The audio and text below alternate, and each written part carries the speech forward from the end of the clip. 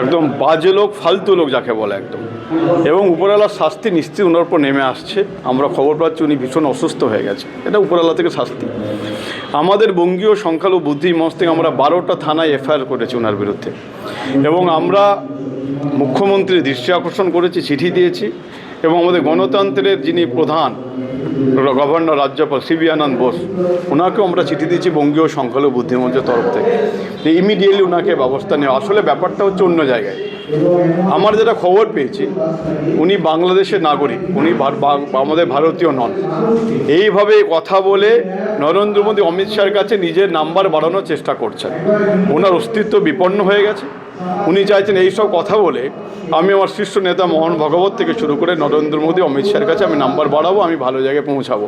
কিন্তু যাকে উপরওয়ালা নাস্তুনুবাদ আমরা জানি, আল্লাহ পাক যাকে শেষ করেন তাকে কোরআন নিয়ে বলেছেন, আমি মনে করি উনি শেষ হয়ে যাবেন এবং ভারতবর্ষ ওনাকে ছাড়তে হবে।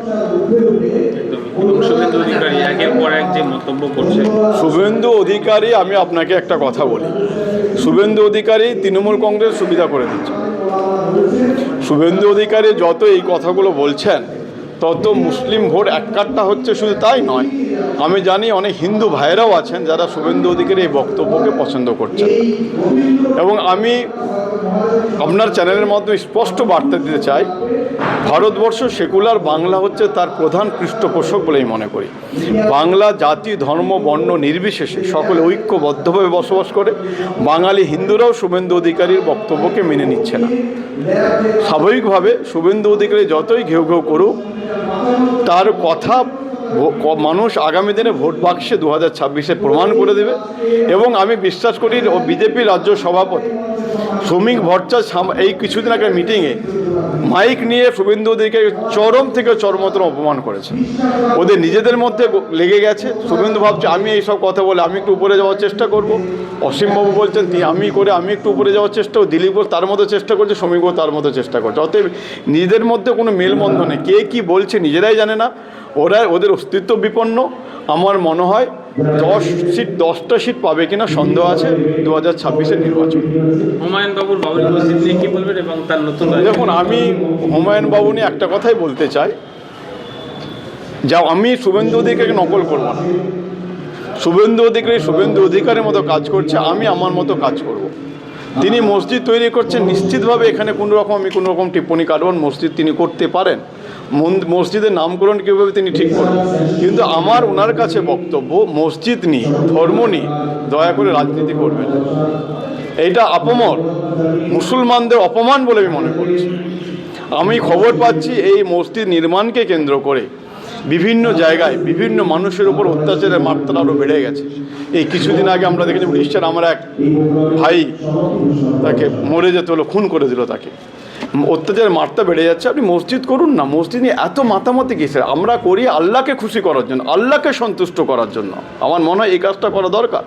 কিন্তু উনি আল্লাহ পাকে কতটা খুশি করছে জানি না, তিনি নিজের পাবলিসিটি নিজেই করে যাচ্ছেন এবং মানুষের কাছে অনেক হেয় প্রতিপন্ন হচ্ছেন। আমি আপনার চ্যানেলের মধ্যে বার্তা দিতে চাই, হুমায়ুন সাহেব আপনি মসজিদ করুন, আমরা আপনার সঙ্গে আছি, কোনো অসুবিধা নেই, কিন্তু এমন কিছু কাজ করবেন যাতে আমাদের মাথা নত না হয়ে যায় সকলের সামনে। এবং নতুন রাজনৈতিক দল সেটা তিনি করতেই পারেন, মুর্শিদাবাদের তৃণমূল শূন্য সেইটা তিনি কী করবেন। আমি আপনাকে বলি, উনি মন্ত্রী হয়েছিলেন, মমতা বন্দ্যোপাধ্যায় ওনাকে মন্ত্রী করেছিলেন। মন্ত্রী করার পর ওনাকে টিকিট যখন দিয়েছিলেন 6 মাস পরে ওনাকে জিতে আসতে হবে, যখন তিনি হেরে গেছিলেন। তারপরে উনি আবার বিজেপিতে চলে গেছিলেন, বিজেপি থেকে দাঁড়িয়ে উনি হেরেছিলেন, কংগ্রেসে দাঁড়িয়ে উনি হেরেছিলেন। আমি স্পষ্ট দেখতে পাচ্ছি যে হুমায়ুন কবির যত বড় বড় কথা বলছে, তার ভোট ব্যালট বক্সে ততটা প্রভাবিত তিনি করতে পারবেন না। এবং আমি নিশ্চিত বলছি আপনার সামনে, আমরা চ্যানেলের মাধ্যমে বলতে চাই যে হুমায়ুন কবির নিজে জিতবে কিনা সন্দেহ আছে, তার জামানত জব্দ হবে কিনা সেটা নিয়ে ভাবতে হবে। মুর্শিদাবাদে পরপর 2 জন পরিযায়ী শ্রমিককে পিটিয়ে খুন করা হলো বাংলাদেশি সন্দেহ। তার আগে কয়েকদিন আগে দেখা গেছে যে কলকাতার ব্রিগেডের মাঠে একজন প্যাটিস বিক্রেতা, অর্থাৎ মুসলিম প্যাটিস বিক্রেতা, তাকে মারা হলো। তাহলে কি ভারতবর্ষ বা বাংলায় তাহলে মুসলিমদের শুধু সাম্প্রদায়িক সম্প্রীতি বজায় রাখা? দেখুন, আমি এইটা নিয়ে আপনারা জানেন কিনা জানি না, 18 ডিসেম্বর আমি ঐতিহাসিক সভা করেছিলাম ধর্মতলাতে, এবং সেখানে আমি প্যাটিস বিক্রেতাদের বিরুদ্ধে তীব্র থেকে তীব্রতা আওয়াজ তুলেছিলাম এবং আমি কৈফিয়ত চেয়েছিলাম যে কেন এটা হবে। আমার বাংলা মুসলমানদের যতটা অধিকার আছে, হিন্দু ততটা অধিকার, সবার সে অধিকার আছে। অতএব আমাদেরকে এইভাবে অত্যাচার করা যাবে না। তার বিরুদ্ধে বঙ্গীয় সংখ্যালঘু বুদ্ধিমান সদা জাগ্রত, আমরা পাহারাদার হিসাবে কাজ করছি এবং প্যাটিস বিক্রেতার কাছে আমাদের লোক গেছে এবং আমি তাকে অ্যারেস্ট করার পরে কয়েক ঘন্টার মধ্যে তিনি জামিন পেয়ে যান। কেন তিনি জামিন পেয়েছেন, কিসের জন্য জামিন পেয়েছেন, কেন তার শাস্তি হলো না, তার বিরুদ্ধে আমি নিশ্চিত কৈফিয়ত চেয়েছি। আমি ডিজি সাহেবকে চিঠি করেছি যে আপনি আমাকে লিখিতভাবে জানেন কেন তাকে অ্যারেস্ট করা হলো না। আমি আপনাদের চ্যানেলের মাধ্যমে বলতে চাই, আমরা এইভাবে মাথা উঁচু করে আমাদের হকের জন্য লড়াই করি। কেউ আমাদের দয়া করছে না, কেউ দাক্ষিণ্য কর দিচ্ছেন না, কেউ ঋণ দিচ্ছেন না, কেউ আমাদের করুণা করছেন না। আমাদের সংবিধান স্বীকৃত অধিকার নিয়ে আমরা লড়াই করছি।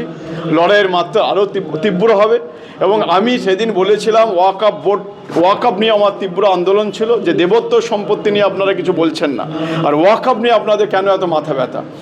নিশ্চিতভাবে আমি মনে করি যে আমাদেরকে ঐক্যবদ্ধ হতে হবে।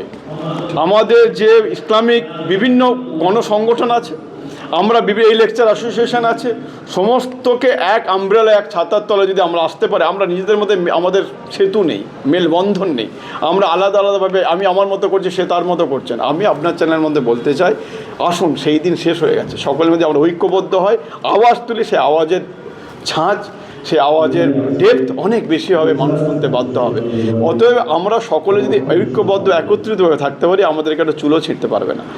যতই যেই যাই বলুক, আমার বিশ্বাস মমতা বন্দ্যোপাধ্যায়কে নিয়ে যতই কুৎসা, যতই যাই হোক, মমতা বন্দ্যোপাধ্যায়, অনেকে বলছে তিনি মন্দির তৈরি করেন, তিনি তো হজ টাওয়ারও তৈরি করেছেন।